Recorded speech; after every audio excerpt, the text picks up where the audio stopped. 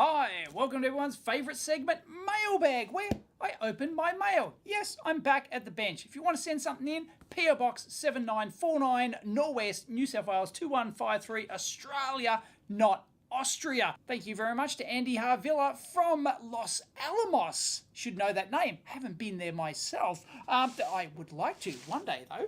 Tongue at the right angle. Let's see what Andy has sent in. These aren't opened in any particular order. This just happened to be the biggest, so we're going to start with that first. What do we get? Oh, DigiKey packaging. Oh, we've got lots of stuff. Individual bubble wrapped for our protection. So, one item. Oh, geez, yep. Look at this. Oh, it's a bonanza. This thing's quite heavy. Oh, I see a breadboard. Whoa. Check out this bad boy. Oh, 3M, thank you very much. This is a crimper. Look at the mechanical advantage on that. Whoa. Man, that's, if you have to ask the price for a crimper like that, you can't afford it. So, yeah, I'm going to have to read the note because it looks weird. It's just got a tip on. Oh, no, that's a... That looks like, my guess is going to be, that is a ribbon cable. That is an IDC ribbon cable crimper, which brings down, because the clamp force is in the center there, and it's wide, it's as wide as like a 50-way IDC ribbon cable. I reckon that's what that bad boy is. We've got a note. Oh, you're going to know the name. If you shouldn't, be ashamed. Heathkit. Wow. Is it, I assume, this is like, is it going to be like new old stock? This could be more exciting than the crimper. Genuine 3M crimper. Handling wear and humidity. Make cartons unfit for reuse. Bugger that. 120 volts AC. Yep, okay, I'll be careful. Oh, beautiful. Oh, thing of beauty. It's a joy forever. Look at this. Heathkit. One of these Logic, is it the Logic trainer? Yeah, it's the Digital Design Experimenter. Oh, that's just beautiful. These, if you don't know, if you've never used one of these bad boys, engineering schools would have these. And they'd often, sometimes they'd, get a name brand like this Heathkit, or they'd roll their own. They'd actually design and build their own. But there are still a lot of these are digital, you can get digital, analog, you can even get RF these days and all sorts of fancy stuff. But yeah, these are designed for students. You build up your circuits and they've got, test signals and everything else. And yeah, this one's got some data switches, power supply, logic switches, 100 kilohertz clock. Ah, beautiful. There's so much stuff here. Thank you very much, Andy. He was cleaning out his closet, came across some old vintage hardware. So, yeah, we'll go to the bench. We'll check it out. Thanks, Andy. This is great. Look at this bad boy. Isn't this incredible? Genuine 3M IDC assembly tool. I was right. I should have just read the label. It's only for light, non-manufacturing use. It is not meant for high volume or industrial production use. Of course, high volume production, you'd have like a lever clamp kind of thing. Yeah, you wouldn't just have a free roaming thing like this. Yeah, it's too unwieldy on the bench. It's just for doing like individual things. And obviously, you can take these out because you've got different width IDC connectors. So you just whack that in there, a little plastic clip. That's a bit how you're doing. That one's broken off by the looks of it, and it's got a stop on there. But obviously, the center point of the axes of the stress, I don't know, I'm not a bloody mechanical engineer. The center point is on here, so it comes together, so they come together parallel. Like that. Well, as parallel as possible anyway, because that's obviously not parallel, but yep, you put it in there and it'll go squeeze, and bingo, you can get your perfect pressure on your 3M, of course. You've got to use genuine 3M IDC connectors with it. Hands up if you still use one of these. I mean, this would cost a fortune back in the day. These tools still do. I mean, you can still buy, I do believe you can still buy them. This is K1DBC All stations please stand by. The Denver Radio Club Learning Net starts in 5 minutes. W0TX repeater. From the manufacturers, and yeah, they're worth a pretty penny. And check this out. Oh, I had no idea this existed. It's an Accutron. You might have seen that before. A division of the Belovo watch company. Ta-da! You remember my Belovo Accutron Skyview watch. I've actually got two of these. One got crushed, unfortunately. It needs to be repaired. And yes, my battery has run out in this. But yeah, that was, these are just awesome. I've done videos on teardown of this and how the tuning fork. I've even done high-speed footage of the tuning fork in there. This is a specific test set for Belovo Accutron batteries. By the looks of it, you whack the little cell in there. See, it's got a little contact on the bottom, like that, right under there. You whack it in there, and yeah, and then it gives you it's got a split scale here, gives you voltage on this ways. Oh yeah, I just realized, yeah, there's the needle. It's literally broken off. So maybe the movement still works. But anyway, you whack your coin cell in there, and then you can read your voltage of your cell, and then you can put a load on the cell, and you can measure the microamp. You put a little load on it, and it's got the individual part numbers up there. Wow, very specific bit of kit, the Watchmaster. Wow. But if you're a watch service tech in, the 60s and 70s or something, you would have had one of these. And well, there's inside. Yeah, it's a bit how you doing. Point-to-point wiring, couple of carbon trimmers in there just to adjust it, and Bob's your uncle, right? And then you've got a lead set over here as well, where you could make attachments to batteries outside the circuit, or maybe in watch or whatever. But yeah, isn't that cool? Specific bit of industry kit. Hands up if you ever had one of these or used it. That is the coolest thing ever. Look at this. Sorry, I screwed that up. Hi, welcome to everyone's favourite segment, Mailbag 100. You only got your strip these or used it. That is the coolest thing ever. Look at this. Westinghouse run button. It doesn't even push straight in. Goes at an angle because it's got a big clunking micro switch on it like that with the lever arm. Oh, I wish this was field of vision, but you can hear that. That's just gorgeous. Really is. I wonder what that did. If anyone knows, please leave it in the comments, but isn't that gorgeous? Oh, hands up if you had a Continental Specialties Corporation from New Haven, CT, Connecticut, is it? The Proto Board 100. You only got your strip in the middle, though. You didn't get the extra strips on the outside. That's a bit how you're doing. But yeah, interesting. Notice how the colouring is changed on those. I don't know if it was like that when you got it, or whether or not that's, something has changed with age. And I presume this came from the same bit of Westinghouse kit. Look at that. Type A351, 25 to 500 cycles, thank you very much. And yeah, that is a non-linear, of course, none of that linear rubbish, alternating AC ammeter. And you can see inside here, there's none of that rectifier rubbish. It's just a direct... We are watching the EEVBlog mailbag, numbered 1463 here. Go check that out, EEVBlog. Dave Jones, a lot of cool stuff here. So he's had a bunch of these, and yeah, so we'll probably get the net started here. So I might play some of this after the net. Good evening as well. Thank you everyone for joining me on here. This is Drone K1DBC. This is K1DBC. The DRC Learning Net will start in 1 minute. All stations please stand by while the repeaters are placed into net mode.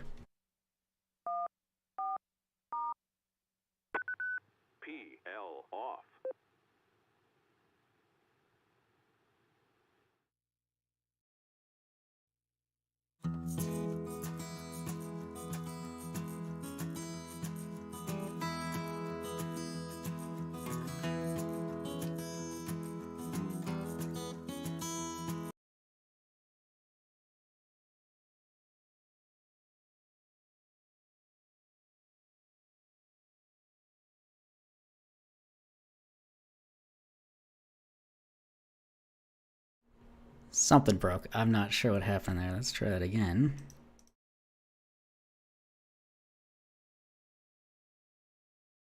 It's non-linear like this because it actually You get this for another minute then.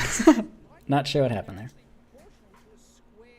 Of the current. So if you don't do any compensation, you actually wouldn't look fairly linear like this until it actually gets down below about 2 amps here. Then it becomes non-linear down here, right at the bottom end. So what they do is they just tweak the vein in there, the physical construction of the vein to try. Sorry about that. All right, this is K1WC Net Control. Hello and welcome back to the Denver Radio Club Learning Net. For this week, April 13th, it's a great place to learn about ham radio and STEM topics in general. Thankfully, we have plenty of combined experience and expertise. This is Kilo 1 Delta Bravo Charlie, K1DBC, and my name is Daron, Net Control. We meet every Wednesday except the third Wednesday of the month, 7:30 p.m. Mountain Time on 145.490 and 448.625. Both have a negative offset. This net can be broken at any time for emergency or priority traffic by using the word break.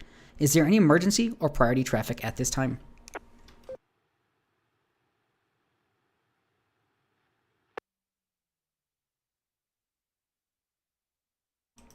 This is K1DBC Net Control. We will begin by inviting Elmers only to check in with or without traffic. All Elmers, please check in now.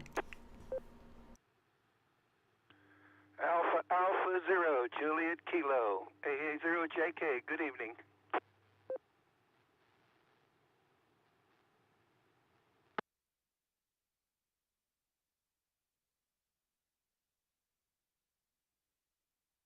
For Elmers, we had AA0JK Fred. Thank you so much for checking in as an Elmer. One more time, if you'd like to check in with or without traffic as an Elmer, please check in now.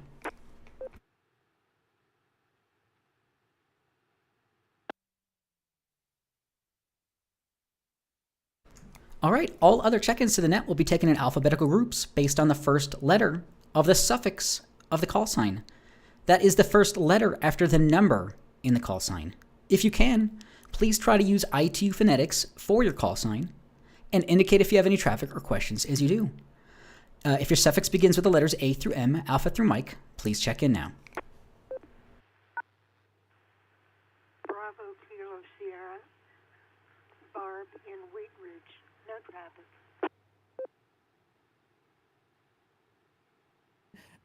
Linear. Kilo 6 Hotel, Juliet Victor, K6HJV, Tom Arvada, no traffic.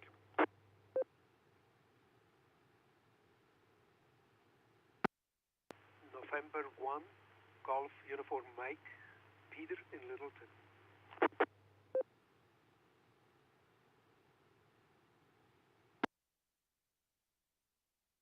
I'll have to take it apart. Kilo Foxtrot 0, Bravo Alpha Kilo, David, Lakewood, no traffic. This is Whiskey Alpha 4, Mike Bravo Golf, Bob in Aurora.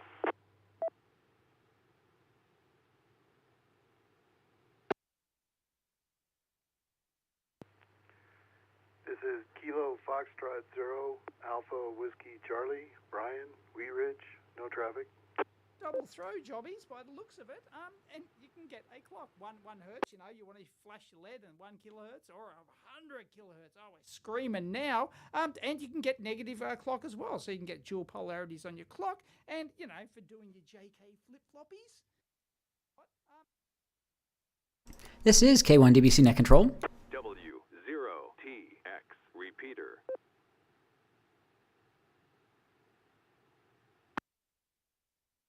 I'd like to welcome all to the following check-ins: W0BKS Barb, K6HJV Tom, N1GUM Peter, KF0BAK David, WA4MBG Bob, and KF0AWC Brian. Thank you all so much for checking in. Once more, if your call suffix begins with the letters A through M, Alpha through Mike, please check in now.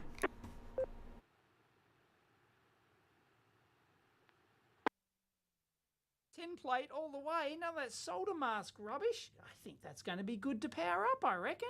Very discreet, isn't it? Incredible.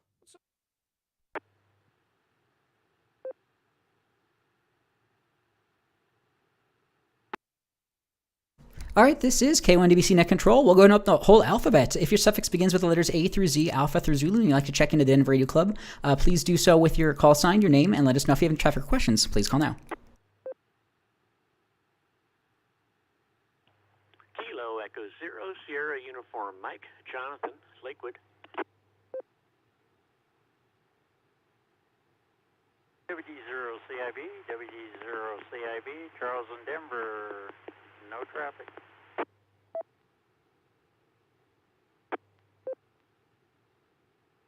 November 0, Tango Romeo Papa, Jim in Lakewood. Good evening.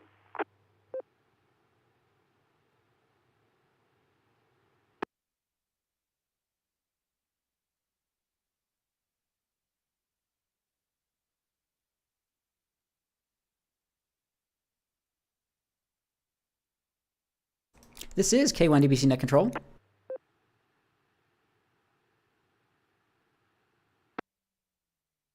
That time we had KE0SUM Jonathan, WD0CIV Charles, and N0TRP Jim. Thank you so much all for checking in. Once more, or taking all call signs, all call suffixes A through Z. Please check in now with your name, your call sign, and let us know if you have traffic questions. Please call now.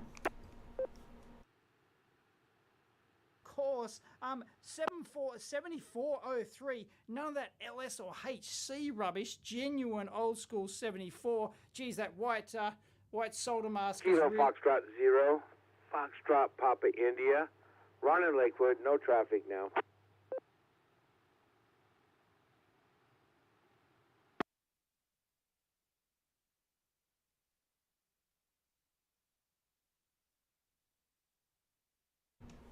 All right, we had KF0 FPI Ron. Thank you so much for checking in.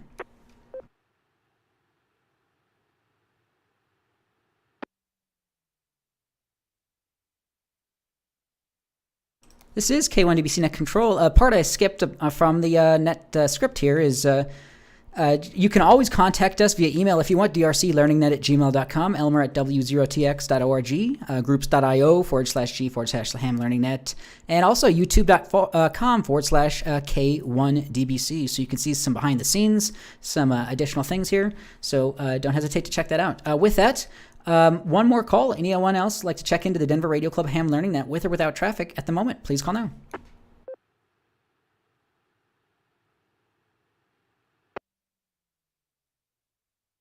Use like a 7812 here and a 7912 here, but no, discrete transistor solution. This is K1DBC Net Control. I am playing a video from the EEVBlog. Dave Jones, really funny electrical engineer in the know and Australian, so just a lot of fun to listen to him. And so just a mailbag he does. People send him stuff in, and he's just unboxing it. So you can check that out. I'm playing that in the background. But if anybody has any comments, questions, check-ins, anything else for this evening's net so far, please call now. Just beautiful. For good solder connection, you must keep the soldering iron tip clean. Yeah, okay, well, even though it's a breadboard. But all right, this is K1DBC Net Control.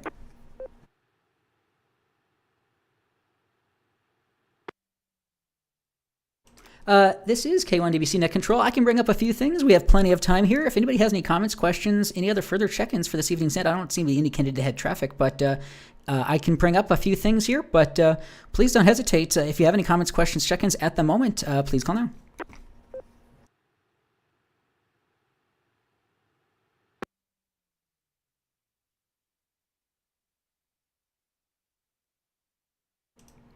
This is K1DBC Net Control.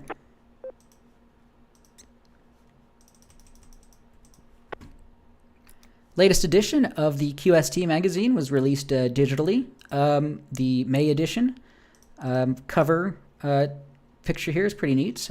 Shooting for the moon, and has a pretty interesting looking dish here. So let's see what that entailed here. Call sign Oscar Kilo 1 Delta Foxtrot Charlie. I can't even pronounce the name, spelled Zdenek, Zdenek. He finished construction of his new 8-meter dish offset dish in time for the ARRL International Earth Moon Earth contest. So really, really cool stuff here over on his website, ok1dfc.com.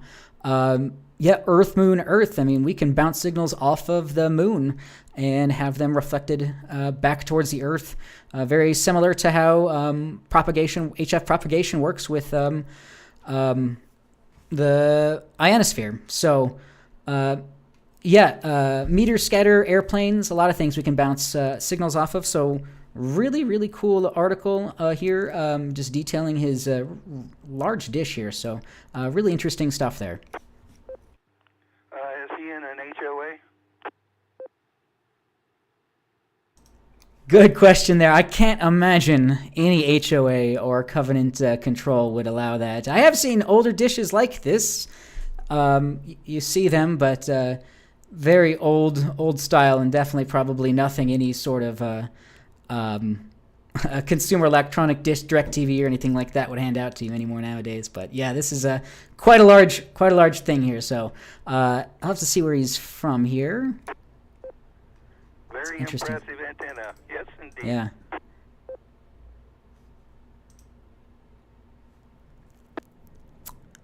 Oh, don't test me on flags. Oh, that looks like ooh. Can't even guess. This is K1DBC Net Control. All right, so yeah, just looking at some photos of that, some of his projects on here. OK1DFC.com. Looking at, he has a 8-meter offset dish, 10-meter dish, 2 4-meter dish, 2 and 6-meter dish. Wow, a lot of cool stuff here. So yeah, really interesting part of the hobby here.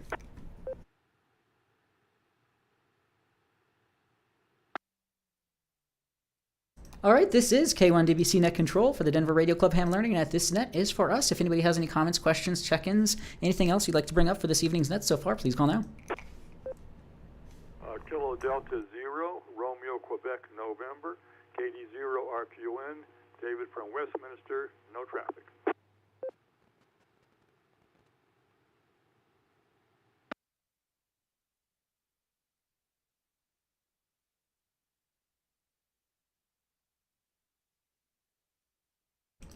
That time we had KD0 RQN. David, checking in. Thank you so much for checking in here.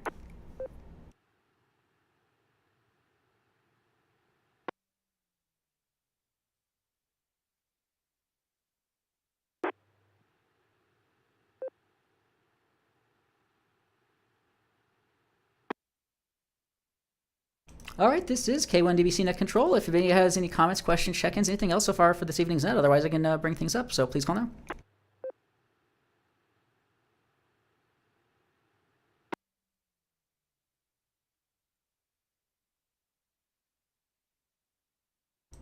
All right, this is K1DBC Net Control. What else? I'm sure we have plenty of stuff here. Let me drop here for just a moment. W0TX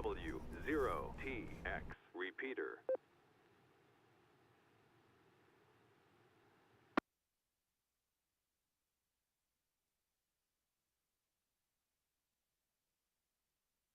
Over hackaday.com and hackaday.io, they have lots of contests and prizes going on. They have the 2022 Sci-Fi Contest. Design something sci-fi themed, from cosplay or props to robots or communications. Hard sci-fi or sci-fantasy. If you could see Captain Kirk using it, wearing it, or flying it around in it, it's fair game. All entries must be at least partly electric. That's just the way the future is. Blinking is naturally encouraged, but certainly not required if it's not canon. Hackaday and DigiKey have partnered on this contest to offer 3 winners an online shopping spree to DigiKey. $150 reward there. So special categories, living in the future, star, exosuit, stolen off the set, and most important device. Live in the future here. Let me drop here for a moment. This category recognizes that Blade Runner is so 2019. If your sci-fi device was purely fantasy when imagined, but now it's realizable, you're living in the future. A working tricorder or a functioning robot companion would fit in there fine. Star, whether you're beaming me up or use the force fans of either Star franchises are eligible for that mention. Exosuit category recognizes sci-fi creations that you can wear. Stolen off the set. If your blaster looks like exactly like Han Solo's, you're a winner there. And most important device, has no function, but it certainly looks like it does. Just blinking lights that blink back and forth, yet the government spent millions on dollars of it. So really, really cool stuff there. Yeah, hackaday.com, hackaday.io for more information on the sci-fi contest.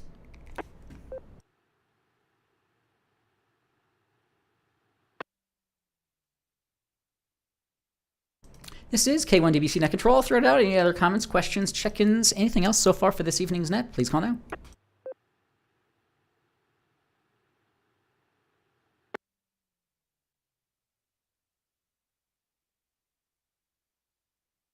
All right, this is K1DBC Net Control. We can dive into the May edition of QST. Let me drop here for a moment.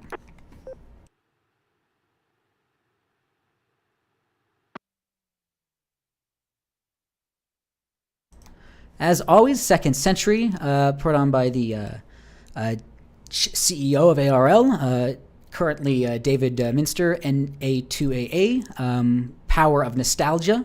Nostalgic moments can really bring home the value of amateur radio and the relationships we build together over the years.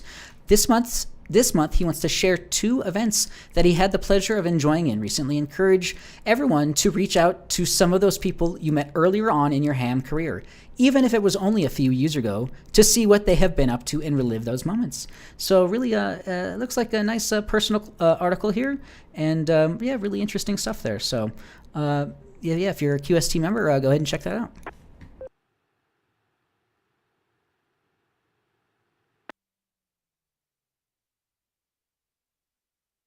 This is K1DBC Net Control. Anyone else, any other comments, questions, check-ins, anything else so far for this evening's net? Please call now.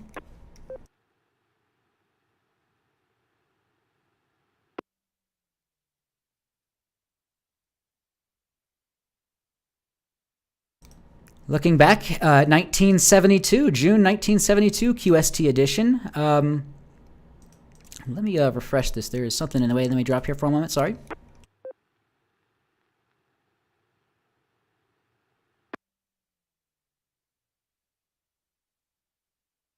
They are awful at anything that they do, apparently. This is K1DBC Net Control.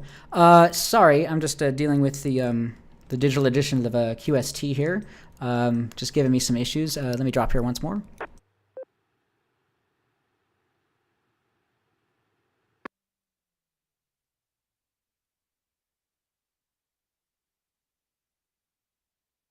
This is K1DBC Net Control. Take a minute to bring that back up here. I'll throw it out to the net. Anybody else? Any comments, questions, check-ins, anything else for this evening's net so far? Please call now.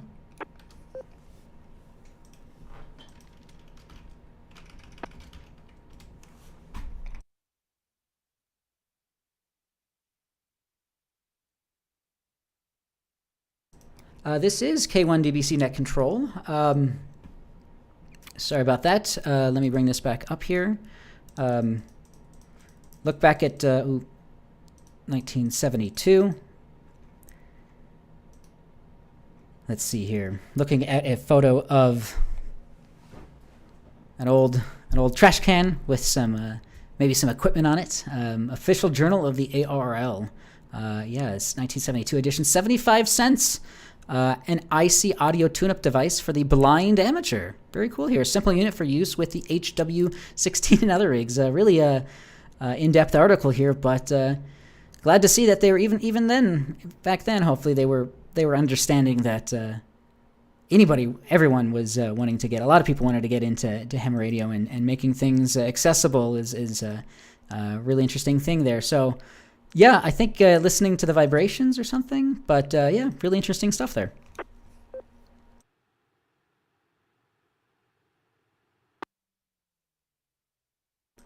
Let's see the first paragraph here. Several article. It's written by Thomas P. Riley, WA1BYM. Several articles have been published concerning tuning devices for blind amateurs. When a sightless friend got his novice ticket, he decided to build such a circuit for him. After researching some of the published articles on the subject, it became apparent that most of the circuits were unnecessarily complex and outdated as compared with the availability of present-day integrated circuits. It was used in conjunction with a transceiver, but can be easily adopted to almost any transmitter. Uses one monolithic integrated circuit, which is available for $2.60. So funny read there. So 1972, June 1972. Pretty interesting stuff there.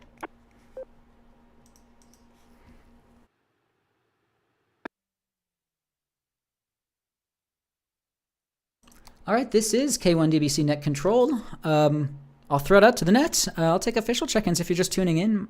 My name is Daron, call sign K1DBC. This is a net for everyone interested in electronics, engineering, STEM, ham radio, and all the tendrils, everything that includes. So if you'd like to check in at this time, please do so with your call sign, your name, and let us know if you have any traffic or questions. Please call now.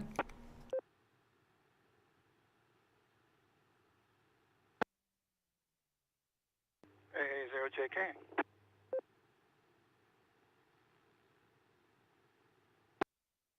Yeah, A0JK. Fred, go ahead. Yeah, I'm surprised Jonathan's awful quiet out there. Oh, that video that you were playing there at the beginning really brings back a lot of memories. Heathkit was great. I mean, that was a fantastic company. I personally built a lot of their equipment, and we still have it in the shack to this day. But that's nostalgic, to say the least. But today, if anyone wants to get into kits and whatnot, the QRP labs are putting out an awful lot of kits for those who like getting out the soldering iron and the circuit boards and putting together some little ham radio transmitters and receivers and various components that they offer. A0JK. His closet came across some old vintage hardware. So yeah, we'll go to the bench. We'll check it out. Thanks, Andy. Design and build their own, but there are still a lot of. Zero S.t.e.m. Comment. There he is. K0SUM, go ahead. W0TX repeater. Actually, I had to think about it. I like to keep things interesting, but it's kind of a two-part question. One, down at HRO, they had testing last Saturday, and normally they have 3 or 4 people, and this time I think they had 14. The testing went on into early afternoon, and I believe a lot of it was due to the FCC price increase. And I wondered if anybody thought the same. I'm not due for another 6 years, so it didn't cross my mind, and I'm not going to upgrade. The second part was, I was wondering what part of the ham exam most people struggle with, because my degree is in electronics, so I didn't have a problem with that. I wonder, because it's basically rules and regulations, electronics, and what's the third one I'm thinking of? But I wondered what people struggle on. Back to net, Ron.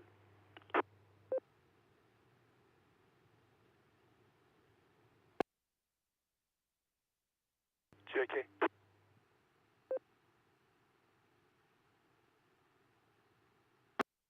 All right, sounds good there, K0SUM. Jonathan, good question there. Testing increase possibly to the upcoming fee? Yeah, probably so. I'm looking at the photo here. I love that I'm looking at Larry, K0LA. That's awesome. In the Google Photos of Ham Radio Outlet for Denver. So, and then your question was, where do people struggle with in testing? So yeah, I mean, this is you could get a 4-year degree or plus in this hobby in electrical engineering, computer science, RF engineering. So yeah, there's a lot of points there. Fred, A0JK, go ahead. A0JK, yeah, very good point. I've often wondered that myself, Jonathan, on the VE testing. I was always been kind of curious and always wondered, if there would be some way of being able to get that information, but that we are denied that. I would like to know those particular areas so that we could pass that along to where people could put a little bit more emphasis in their studies along those areas. I imagine questions there relating to frequency allocations and whatnot pertaining to their privileges. Trying to memorize those are probably an issue there, a lot of the tests. But I'm quite sure that for those out there who don't have backgrounds in electronics, a lot of new information to them. But the Stu Turner books and Gordon West do a real good job for explaining a lot of those for the newcomers. But this is partly why we are here in the Learning Net, is to try to help those along with some of these, and hopefully, we get some questions after they get their license, so we could actually explain some of this to them. But good question there, AA0JK.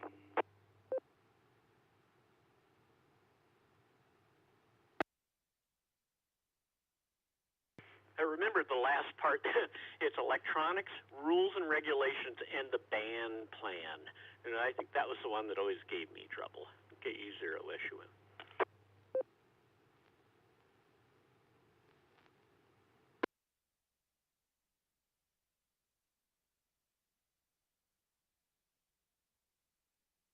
All right, KE0SUM, this is Daron, K1DBC. Yeah, good questions there, and thank you for the follow-up there, Fred AA0JK, absolutely. Let me drop here for a moment. JK. Yeah, AA0JK, Fred, go ahead.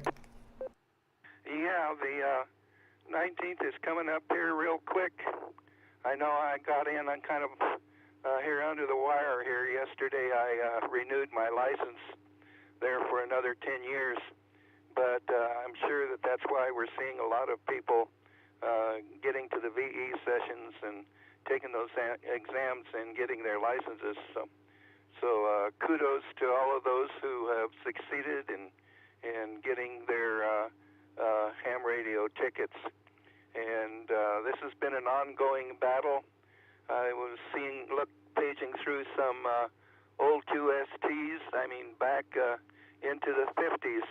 And even then, they were constantly battling Washington over fees, trying to be placed on the amateur radio community. So it's an ongoing battle, and it would be nice if this could get overturned at some point in time. But it'll never happen if people don't communicate with their representatives. AA0JK, back to net control.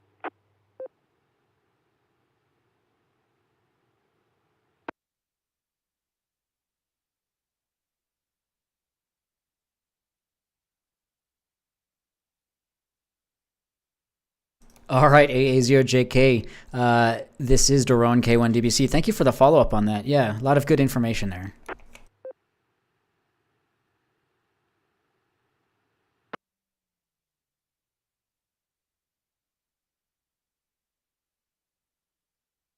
All right, this is K1DBC Net Control. Yep, April 19th, new fees to take effect.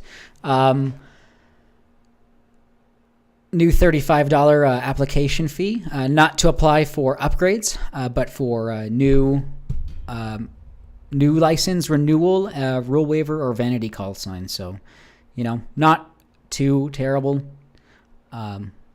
So, yeah, but April 19th, you got another 6 days or so before any other fee is instated there. So this is K1DBC Net Control. Any other comments, questions, check-ins, anything else so far for this evening's net, please call now.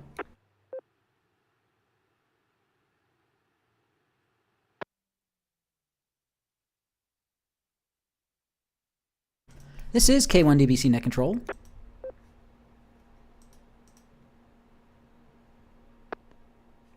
In regards to that second part of Jonathan's question, in terms of where people struggle, now that we have websites like hamstudy.org, which lets you go through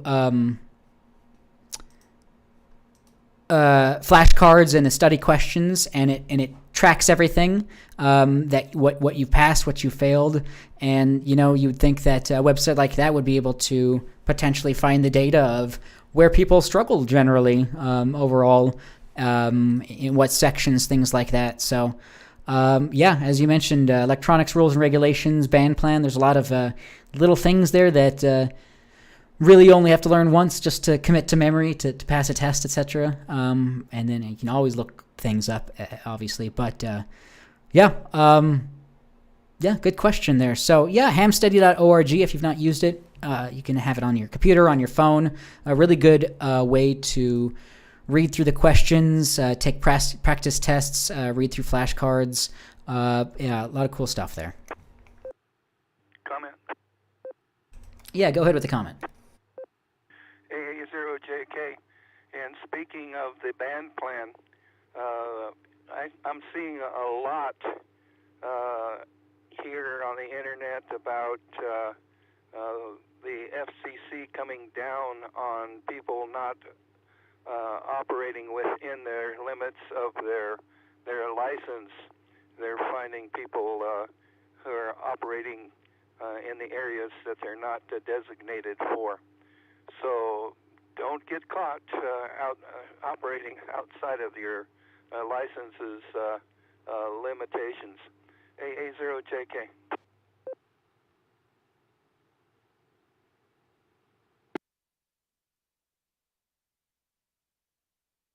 Absolutely, A0JK. This is K1 DBC Net Control. Yeah, this hobby is quite pure, and it's we really need to keep it as awesome as it is, and definitely don't bring in any bad things. So yeah, don't transmit where you shouldn't be. Don't say things over the air that you really shouldn't be.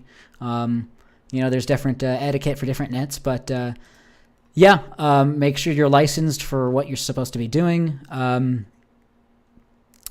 Yeah, a lot of interesting stuff there. You can get Bofangs pretty easily, or CB or FRS radios, walkie-talkies, things like that. So just know what you need a license for, what isn't licensed, and yeah, really interesting stuff there. Comment? Yeah, go ahead. Yeah, for the most part, amateurs are self-regulating. We've got a lot of ears out there. In fact, I heard where one of our club members who monitors our repeaters 24/7 has caught individuals who have bogus call letters using the repeaters, people who aren't actually licensed, that are just using fictitious call letters, and he has actually shut them down, just turned off the repeaters to shut them down.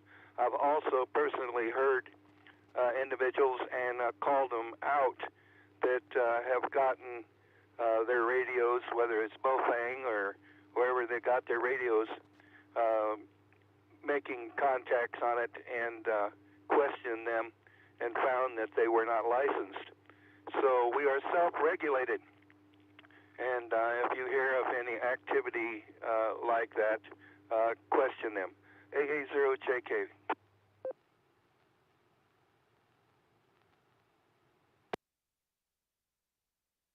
All right, AA0JK Fred, this is Daron, K1 DBC Net Control. Absolutely. Self-regulating hobby. It's up to us to make sure that we stay within bands and everything, and that playing by the rules, etc., and that people that aren't licensed, that hopefully they can understand how to get licensed, and we're more than welcome to welcome anybody into the fold, but just do it legally. So, yeah, if you hear any activity out there that you don't think should be out there or is illicit or whatever it may be, definitely report it to our club or whomever owns that repeater. So this is K1 DBC Net Control. Anybody else? Any comments, questions, check-ins, anything else so far for this evening's net? Please call now.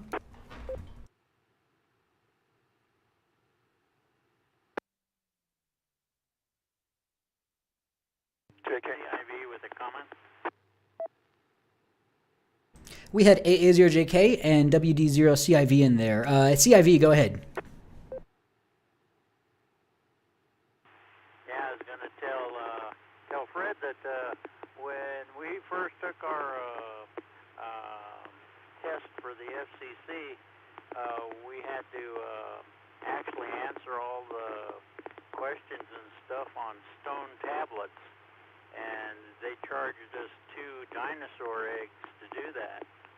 Anyway, that's where we started. This is WD0CIV, back to net control. Question, Charles. All right, so yeah, go ahead, Fred. Okay, I am really concerned now. I don't want to wake up and look out the window and see that one of those eggs is hatched. I digress. Let's see, now I've totally lost my train of thought. One particular situation, we've had an individual running around using a handheld and on our repeaters, and little did he know that his illegal operations were being tracked. These are, we've got our next club meeting. We've got a speaker that's going to be talking about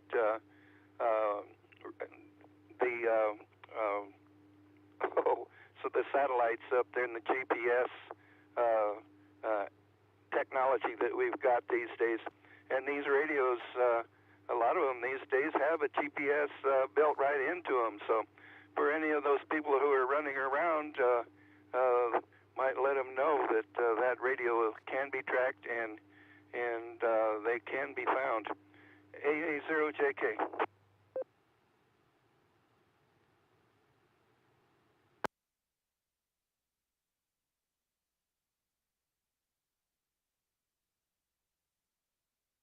All right, AA0JK, Fred, thank you for the information there. And yes, yeah, we appreciate the levity there. Yeah. Who knows? So this is K1DBC Net Control. Yeah. Triangulation is very possible. But because of the frequency that it is, it's probably, yeah, it's very difficult to track down, but definitely is doable. And yeah, definitely know that you need to be licensed to transmit on these repeaters, and we'll do what we need to make sure to not have any illicit use. So yeah, very, very cool stuff there. Interesting. Yeah, A0JK and everyone there. So yeah, anyone else, any comments, questions, check-ins, anything else so far, please call now. Fox hunters. That's a job for the fox hunters. Triangulation and running down anyone with an illegal transmitter. So get out there and learn how to all the skills of fox hunting. You might be needed. AA0JK.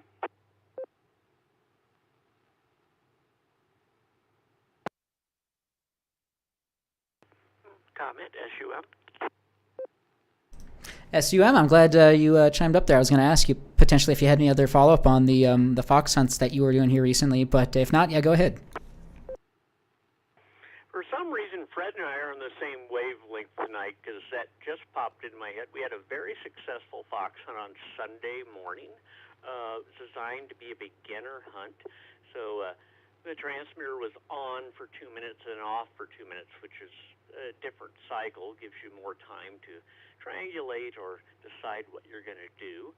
And we also cut down the area to 3 miles by 3 miles, which is relatively small. To give you an idea, it was 120th down to 96th, and then Sheridan to Huron. So pretty small sample size, but a lot of fun. I think there were 12, 13 players, as well as like 3 or 4 new people. Always great to see the new hams come out, but a great time was had by all. And again, everybody should consider playing, because usually we'll stand around and chat for quite a while afterwards. Funny thing on this hunt was that I pulled into a parking lot and 2 other people didn't. We all knew each other from other hunts, and we stood around debating where the transmitter was. So it's a fun game. KE0SUM, back to net.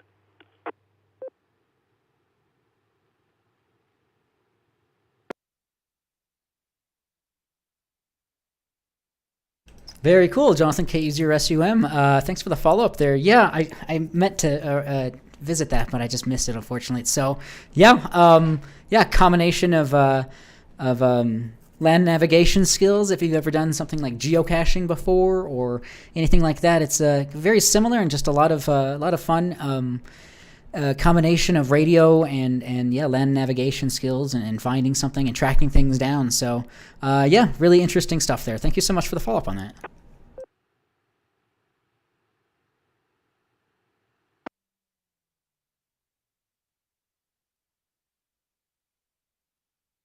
All right, this is K1DBC Net Control again, and this is VHF radio direction finding is the same thing that is used for in a lot of places, a lot of aspects for personal beacons. If somebody has something within aviation or within nautical, marine, or avalanche or hiking, things like that. So there's a lot of opportunity to get involved with potential search and rescue groups and things like that. So a lot of overlaps with that and ham radio and things like this. So really cool stuff there. By. Today we're going to do some ham radio fox hunting. If you're not familiar with that, it's basically just... Stumbled on a YouTube page here, 741. Looks like he's Colorado based here. As of a couple of years ago. So I'd have to see interesting look into that to see who that is. So yeah, this is K1DBC Net Control. Anybody else, any comments, questions, check-ins, anything for the net so far? Please call now. W0TX repeater.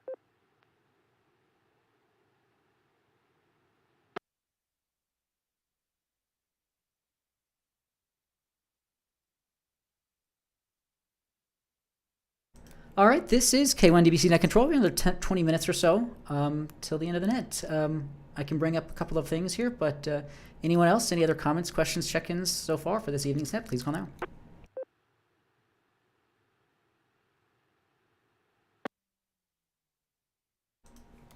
As Fred mentioned, our upcoming meeting, April 20th, is on sat-nav systems and put on by John, N8UR. He's going to go into defining systems, what is sat-nav, and go into quite a bit history of it. So in regards to that, let me drop here for a moment.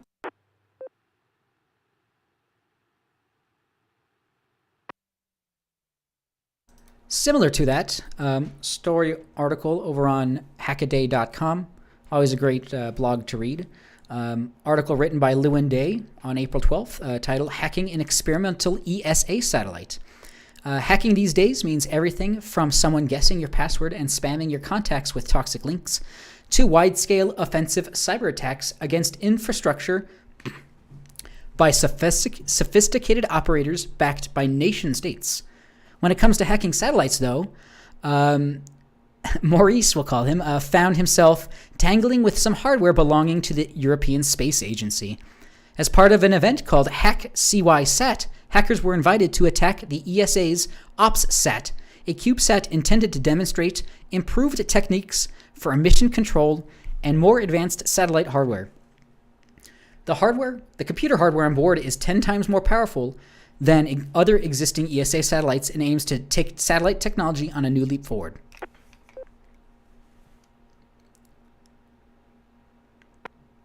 This is K1DBC Net Control. Continuing on here, just another paragraph or so. As with most hacking contests, it wasn't a perfect representation of a real attack. They were instructed to only exploit the payload, and a system image was provided for them to work with. They go into quite a lot of detail explaining how they worked their way through security architecture of the satellite software, leading to the takeover of the satellite with root privileges. He found several vulnerabilities along the way, with the ESA being notified as such well before the publication of the article. In today's geopolitically fraught world, it only makes sense that satellites would become another battleground for cyber soldiers on all sides.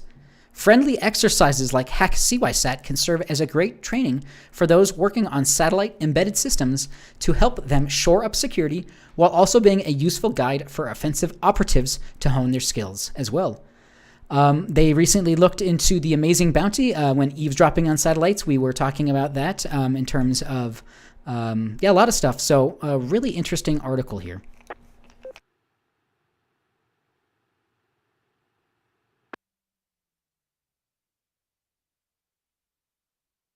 This is K1DBC Net Control. I'll throw it out to the net. Any other comments, questions, check-ins, anything else for this evening's net, please call now.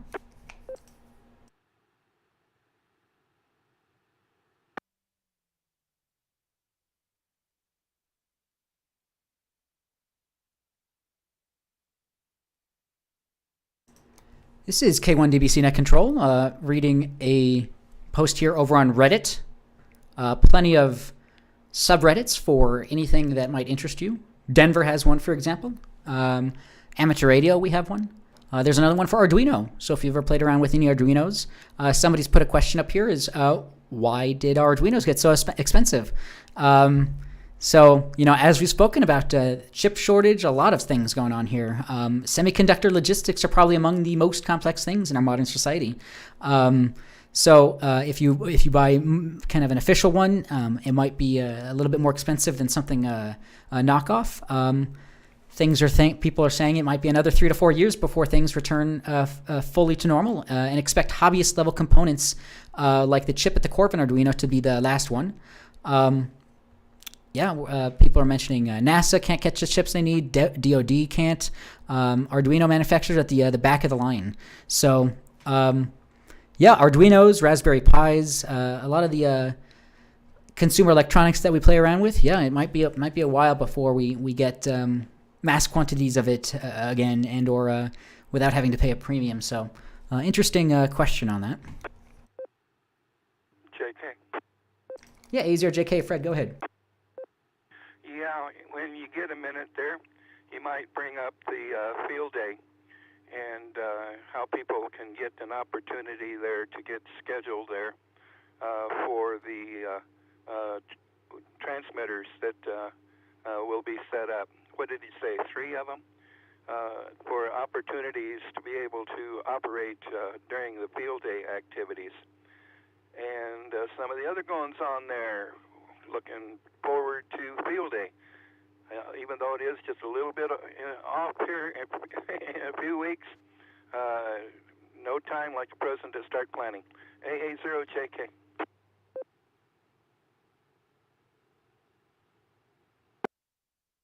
All right, AA0JK, Fred, this is K1DBC Net Control. Yeah, good question there. Yeah, W0TX.org /fieldday.htm. K1dbc.com/FD or field day. For more information, there are a couple of sign-up links, one for volunteer and one for radio operations sign-up, just right here. So very similar to last year, we're using signup.com. We have shifts, or I think they're half-hour shifts. You can sign up for as many or as little as you want. If you don't show up, somebody else is probably going to operate. But if you're there and you've signed up, you'll have the first come, first serve on, or you'll have the you'll be able to operate before anyone else. Sorry. 10 to 20 meters, 40 meters, 80 meters. K1dbc.com/FD. If you're a club member, you should have received an email this afternoon with very similar information that you're seeing here. Let me drop here for a moment.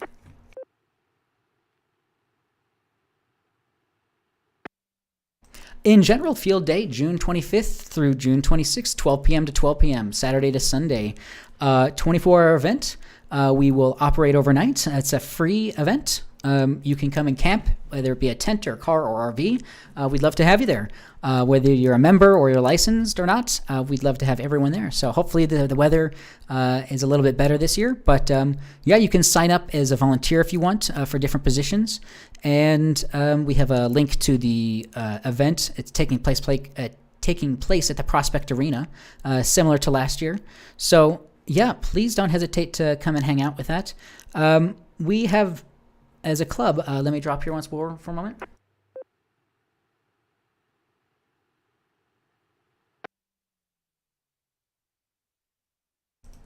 This is K1DBC Net Control. We are getting some new blood on the board, and that's to include Mark Thomas, N0XRX, who helps to run the Denver Water Amateur Radio Club and also works for Denver Water. He has taken somewhat of an organizational and directional type role this year, so we kind of have a field day committee more officially than we have previously. So hopefully there'll be more opportunity to get into any of the committee if you want to sit in on those meetings. It's just kind of planning these events as well as just anything. So this is K1DBC Net Control. Again, k1dbc.com/FD, W0TX.org for more information on Field Day. If anybody has any comments, questions in regards to Field Day specifically, please let me know. Comment. And question. All right, we had a comment from Fred and a question from S.t.e.m. So, Fred, go ahead, A0JK. AA0JK, yeah. Just to let everybody know, in order to get on the air out there and see what it's like using the ham radio, you don't have to necessarily be licensed. We encourage the introduction of ham radio to new folks that would like to experience amateur radio.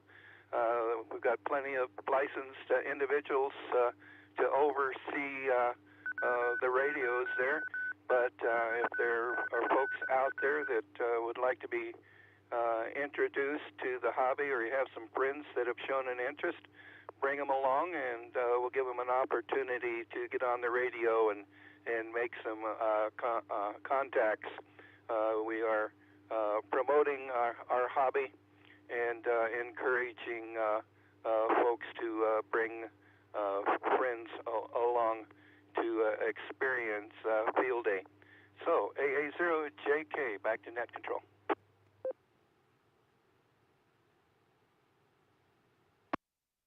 AA0JK, Fred, yeah, good point on that. We may or may not have an official get on the air station, but we will definitely have opportunities for anyone who is not licensed to be able to transmit, absolutely. So, yeah, come check things out. We'd love to have everyone out there, your family, your friends. Family-friendly event, free. We'll be serving food throughout the event. K0SUM, Jonathan, go ahead with the question.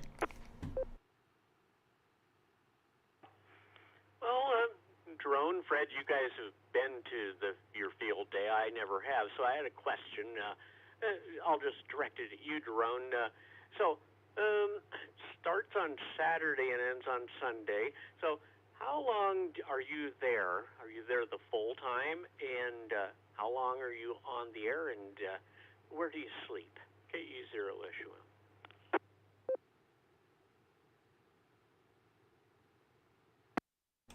Good question there, Jonathan, KE0SUM.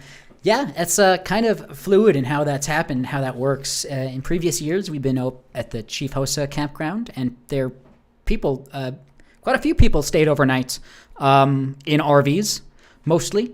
That's how most of the camping has taken place, honestly. Last year, nobody stayed overnight, unfortunately. I think it was maybe just a new location. And not a lot of, as you can see here, we're getting rain dumped on, but not a lot of weather cover or protection from that. So this year, hopefully going forward, we'll have a much more enclosed structure, and it's kind of up to you. You can kind of pitch a tent. There's plenty of space, so car camp, tent camping, plenty of space for RVs. So.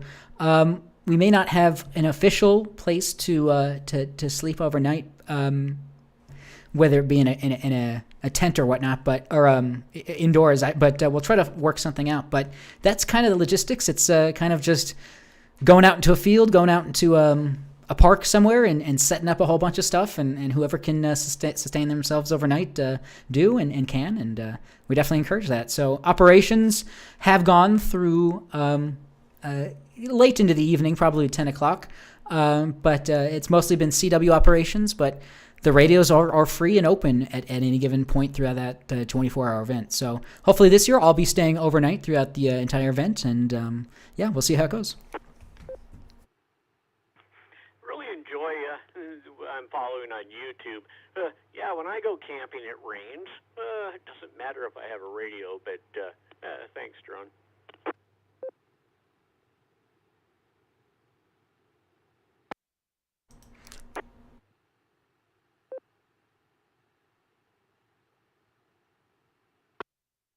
This is K1DBC Net Control. Yeah, we'll probably be monitoring the weather. Hopefully, hoping for the best. But yeah, bring gear to make sure that if it rains, you're protected. And if you want to stay overnight, make yourself comfortable. So it's just at minimum, it's just a camping opportunity, if you will. So however you want to prep for a camping opportunity, yeah, this is what you would probably do. It's pretty bare bones, not a lot of creature comforts, if you will, and yeah, just proving our skills out there, and yeah, really cool stuff. So this is K1 DBC Net Control. Good question there, Jonathan, and good follow up there, Fred. Anyone else? Any other comments, questions, check-ins, anything else so far in regards to field day or anything else? Please call now. HJV. Yeah, K6HJV. Tom, go ahead. That is Tom, K6HJV.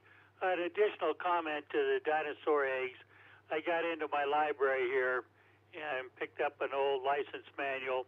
And under Public Law 93-505 in 1974, to renew your license costs you $4 and a few other charges in there for other things. But I have a canceled check from 1974 when I renewed my license way back when in the dinosaur age. But I thought I'd throw that one out there. Inflation's even gotten to renew your license.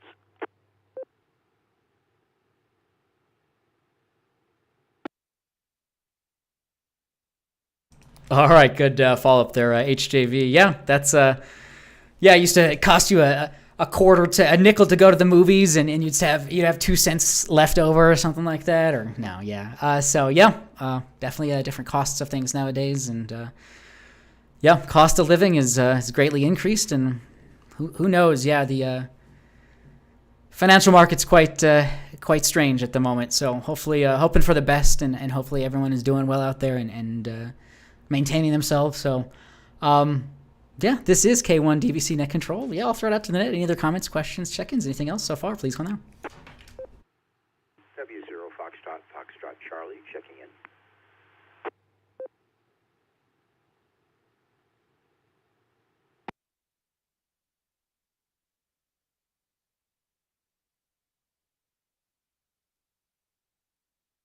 All right, we had W0FFC. Jerry, thanks for checking in. W0FFC with a couple questions. Yeah, go ahead. Where is field day this year? Is it the same site that we had last year?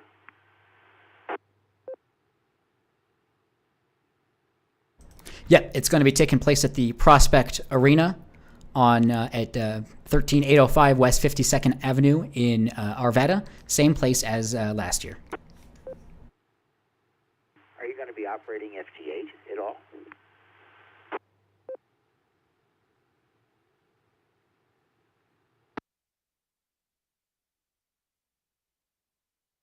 That is a good question. It's quite a popular mode. I'd imagine why shouldn't we, really, at this point?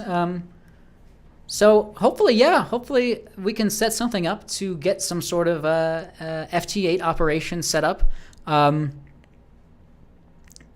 somehow. So yeah, let me bring that up. That's a good question there, Jerry. And one more question. For those of us who haven't done contesting before, will there be somebody to help us and guide us?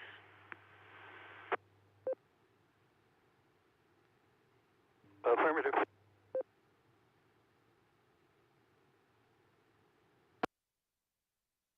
And how would you suggest we learn about that before we get there? Daron's got a webpage he put together there. You might look over that. And also there's a lot of information on the ARRL as far as the policies concerning field day. And I really question FT8. That's all pretty much automatic and really doesn't present any skills as such that we're trying to promote. But anyhow, you just never know. I don't know whether we would be getting points for that. But check out some of the websites, and Daron's got some information up there also. And we will be available to direct you and all the particulars there of making the contacts and recording them and getting points for the club, AA0JK.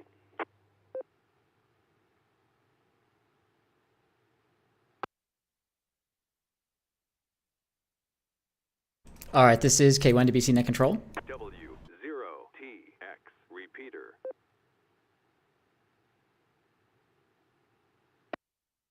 All right, yeah, k1dbc.com/FD for field day. I have a video at the bottom showing kind of what operations look like, and it's a two-person operations, usually one person logging, one person doing the radio, operating the radio, and it's really just short, quick context. You're saying CQ field day. This is W0TX 3 alpha, or however many stations we're going to operate, and then you have you get their call sign, what they're operating at, and maybe one other thing, but it's a very short, quick, but yeah, there'll be plenty of people to help you. So yeah, don't hesitate to come out. You're not alone on this. So yeah, W0FFC, Jerry, yeah, if you have any other questions, go ahead.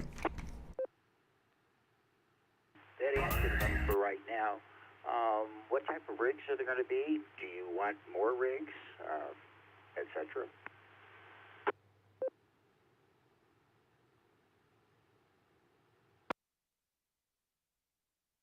This is K1DBC Net Control. We had, I think, enough out there last year. We had an ICOM IC703 for 160 to 10 meters and 6 meters. We had a Yaesu FT-DX10 for 20 meters. We had an IC7300 and an FT897D. So we had a lot of equipment. I'll let you know if we need something, but I think hopefully in terms of radios, we have that covered. So we will let the club know, though, if we're looking for any extra equipment like that. Thank you so much for the offer.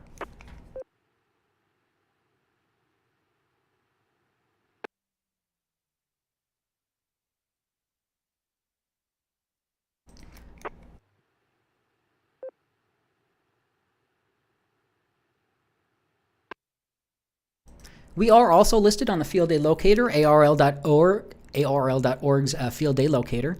If you just search for your zip code or just Denver or whatever it may be, you should be able to find more info as well, our listing there. So this is K1DBC Net Control. Yeah, we'd love to see people out there. Hopefully this year we'll have protection from the rain in case it does rain, because field day started at noon, it rained quite hard, and then a bunch of people left. So we want to try to prevent that from happening again this year. So yeah, we'll try to provide some things to keep you there and keep you around. So yeah, you'll hear more news on this as we come along and get closer to that date. So this is K1DBC Net Control. I have just a couple minutes here left in the net. We're just over the time, really, but any other last-minute comments, questions, check-ins, anything else so far, please call now. 160 to 10 meters and 6 meters. Output 10.5 watts, including an MFJ Versa tuner 2, all provided by the Salvation Army.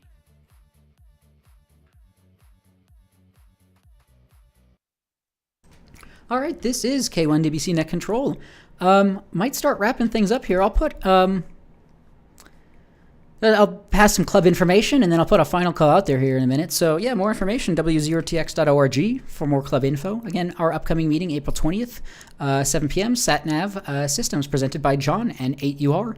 An hour prior to that, we also have an Elmers session, very similar to this evening's Learning Net, just a general Q&A about ham radio, s.t.e.m, Sting, all sorts of stuff. So W0TX.org for more information on that. Let me drop here.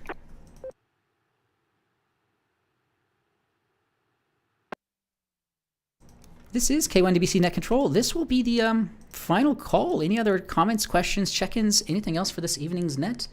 Please call now.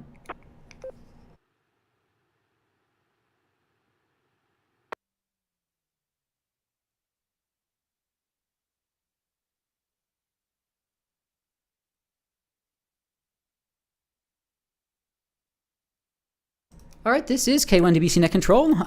I'll place a little bit more of that video I was showing before, the beginning of the net. Again, EEVBlog, Dave Jones, Australian electrical engineer. Really cool stuff. He's just doing some teardowns of some things that he's been sent in. So I'll play a few minutes of that after the net here. But with that, this is K1DBC Net Control. Definitely appreciate everyone checking in here. We had a total of 14 check-ins. Don't hesitate to contact us. Again, DRC Learning Net at gmail.com, Elmer at W0TX.org, groups.io/ham learning net, and youtube.com/K1DBC. next week is our meeting. So with that, again, W0TX.org for more information on that. Everyone is welcome to that. So with that, all stations, please stand by while the repeaters are placed into normal mode. PL on.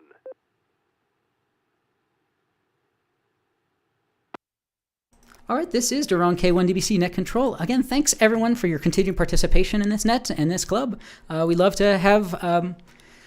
We're starting to realize you guys are why we're here. So hopefully in the next 6 to 12 months, you should see a little bit of difference within the club for the better. So with that, again, everyone take care of yourself no matter where you're out there. Keep your comments, questions, check-ins coming in. This is Daron K1DBC. Everyone have a good evening.